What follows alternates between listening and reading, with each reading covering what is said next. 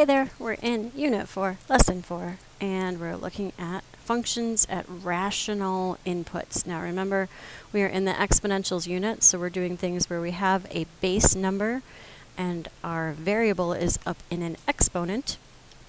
That's exponential equations. And this time we're going to start putting in rational inputs. Now that means instead of there being a single value up there in the box times box raised up to the box type idea, we are going to start seeing box times box to the box over box kind of thing. It's a rational input. This means we're going to start seeing fractional exponents here, where we might have an unknown amount of time. And if you remember before, this was like how many full cycles something went through, how many times we had done that multiplication. This means we may not be going through a full cycle. So whatever our cycle length is going to start being our denominator, right? So we might be seeing a certain number of years on a 5-year cycle length. We'll see what that looks like.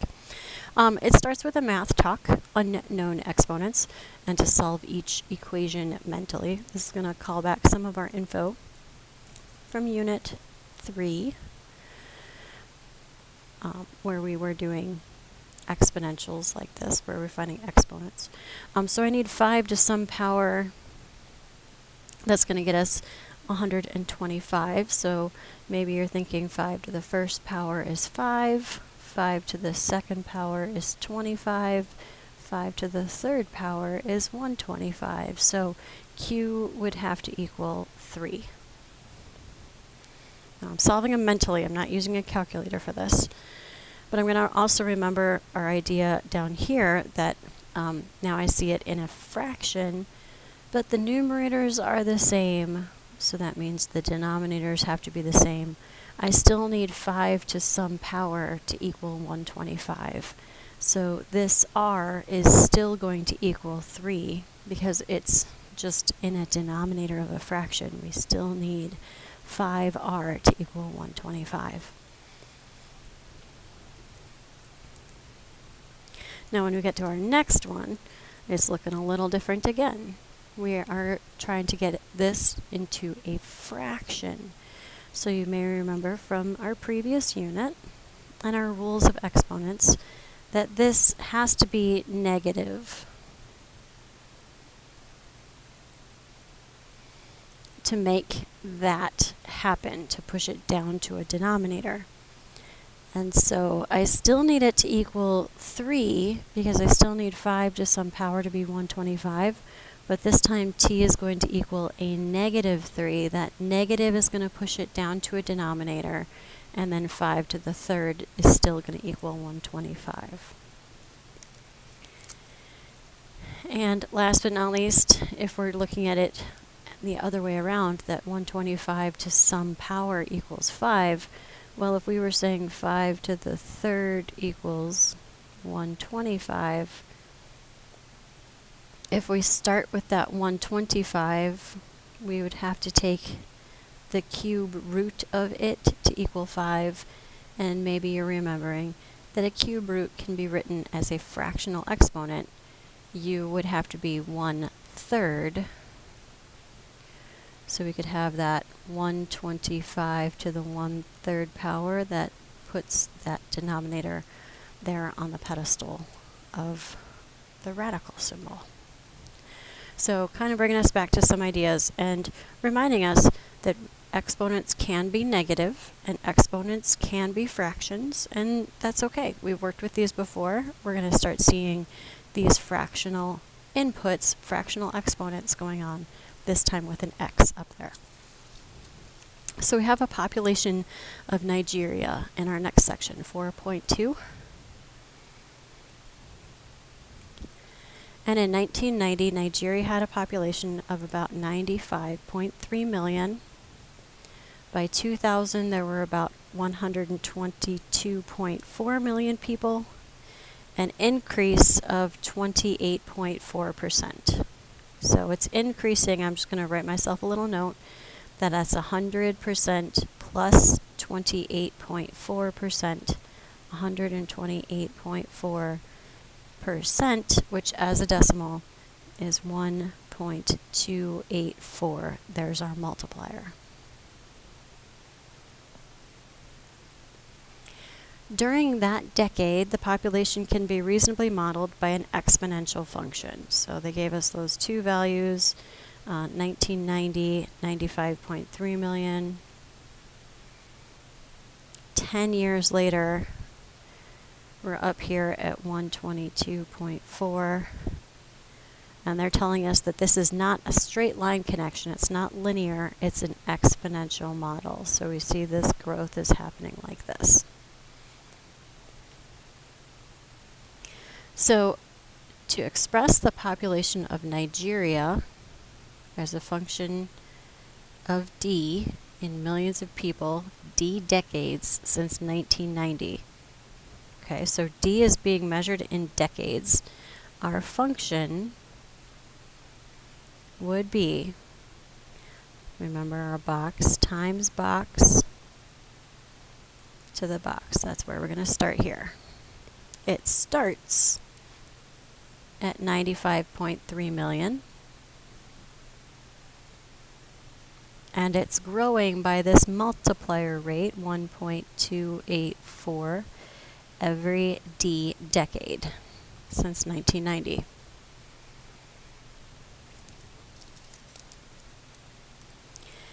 So in 1996, we're thinking about 6 years since 1990. I haven't gone one full decade. I'm not going 10 years since then. I'm going 6 years since 1990. So if I'm trying to write an expression to represent that population, I would still have a starting value, 95.3, a multiplier, 1.284, but I'm not going to one full decade. I'm going to 6 out of those 10 years. And so I'm going to do that, where I'm thinking of it as not one full cycle, one full decade. I'm thinking of it as 6 out of 10 of those years. Or I could also write that as 0.6.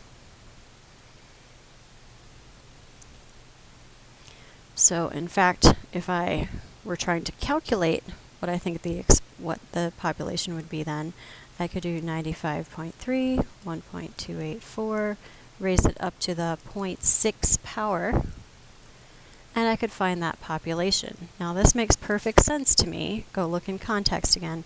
It's between 95 and 122, so that makes sense that that is a correct value.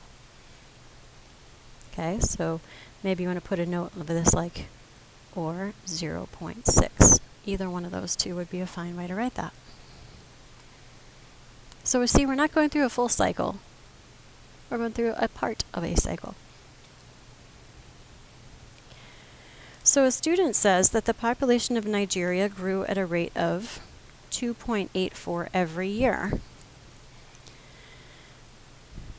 This student, I can see where they got this number. They took the total growth rate per decade,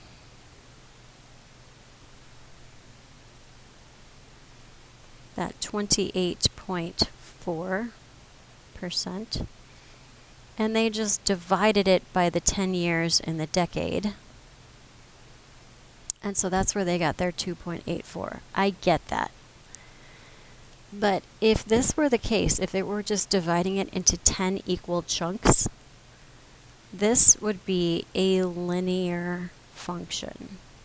Okay, if we take that growth that we see happening in 10 years and we divide it into 10 equal chunks, that would be linear. And that's not what's happening here. We would be missing different parts of our population. So the student statement is not correct. This would show a linear graph.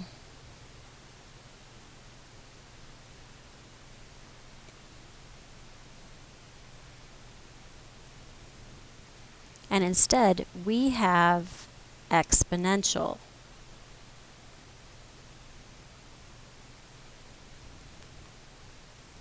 So So we don't want linear growth. We don't want to just divide it into 10 equal parts. We want to use an exponent to make it happen.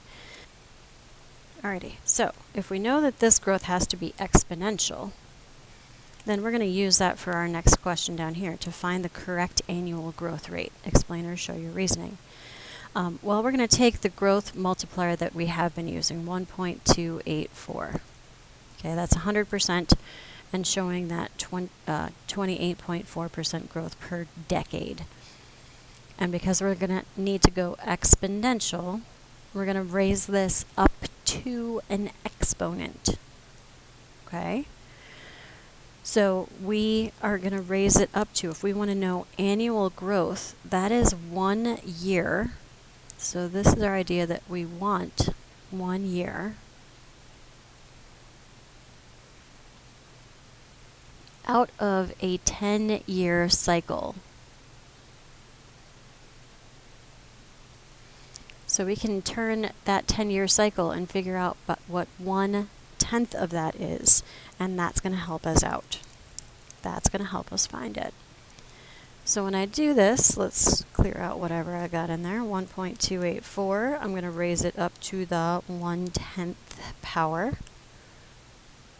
I'm careful to put it in parentheses, depending on what calculator you're using. You might need them. And I find 1.025-ish. Okay, so I'm going to 3 decimal places. Now to interpret that, please remember that this 1 means that they are keeping 100%. This is the growth that is happening on top of that. So this is the growth. So 0.025 as a multiplier, bump that 2 places or turn it into a percentage. We're looking at about 2.5% annually. So our actual annual growth rate, excuse me, is 2.5% annually. And we had to use an exponent to make that happen. Now this is a super common student mistake, so be very careful here. Remember, if we have linear growth, we'll just divide it evenly. If it tells us it's an exponential model, we're going to use an exponent. All right, let's look at caffeine and see what this might be. In healthy adults, caffeine has an average half-life of about 6 hours. So suppose a healthy man consumes a cup of coffee that is 100 milligrams of caffeine at noon. Here's the 100 milligrams. At 6 p.m., this person still has 50 milligrams of caffeine in his system.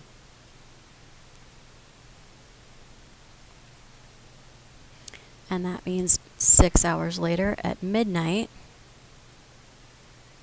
he still has 25 milligrams in there. See what half-life means? This idea of a half-life means that we're cutting that amount in half every cycle length. So each of the following expressions describes the amount of caffeine in the man's body some number of hours after consumption. So we have our starting amount, 100. Our multiplier of 1/2 because it's cutting in half each time. And so this exponent will tell us how many 6-hour cycles. All right, so this is 1 6-hour cycle. So it's asking how many hours after consumption. This would be 6 hours after consumption.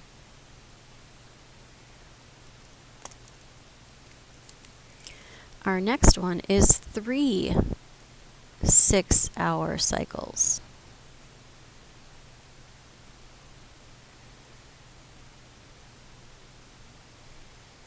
And so 3 6-hour cycles means 3 times 6. This is 18 hours after he drinks it.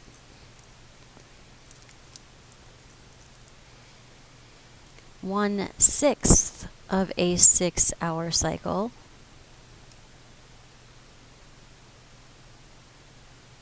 means that we have done 1 hour out of the 6. No S there. 1 hour after consumption. And so if we make it general and have it to the t power, just like we saw up here, if it's a whole number, whatever it is, we're going to multiply it by 6. 1/6 of 6 is 1. So 1/6 times 6 is where we got that 1 hour that we're looking at. So here we would have to do t times 6 hours.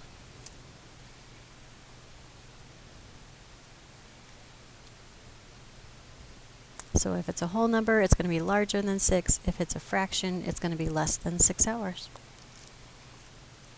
So a function g to represent the amount of caffeine left in the body h hours after it enters the bloodstream, not 6-hour cycles.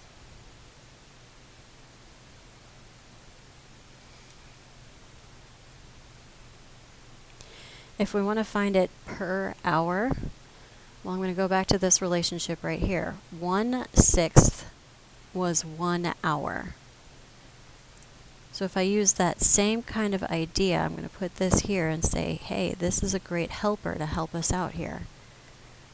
We could write a function g of h telling us per hour would be 100, our starting milligram, 1/2, still our half-life that's happening, and we could raise it to the h divided by 6. This lets me tell how many hours that we want.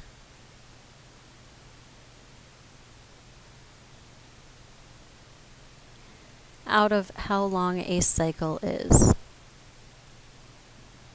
I keep on bringing this up because we kind of wrote that at the beginning, and I'm going to keep on trying to do that here. I'm going to show you right back here what I wrote, that we have some x over the cycle length, how long it takes for one full cycle. We're still doing that here. Okay. So this way I could do it. And if I had another function, I could still also write that. Like, what if, I think it's in our next lesson. I'll stop there. So the function f represents the amount of caffeine left in the body after t 6-hour periods. Explain why g of 6 would equal f of 1. So here is 1 6-hour period. Function g, which is what they're using here, is 6 hours. These two are showing the same amount of time.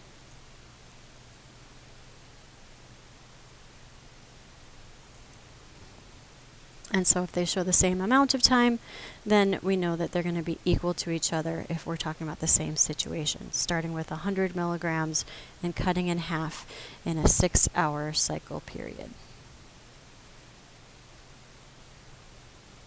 All right. So that's a nice look at some caffeine and applications. Here we've got another one about a medicine with a half-life of 3 hours. So we're going to be looking at how many 3-hour cycles and how we can start to, look at how fancy they did do it here. I'm intrigued. We wrote our equation like this, but notice that it's also the same, that we could find it to the 1/3 power, or we could write it as the cube root of 1/2. Keep that in mind for lesson 5.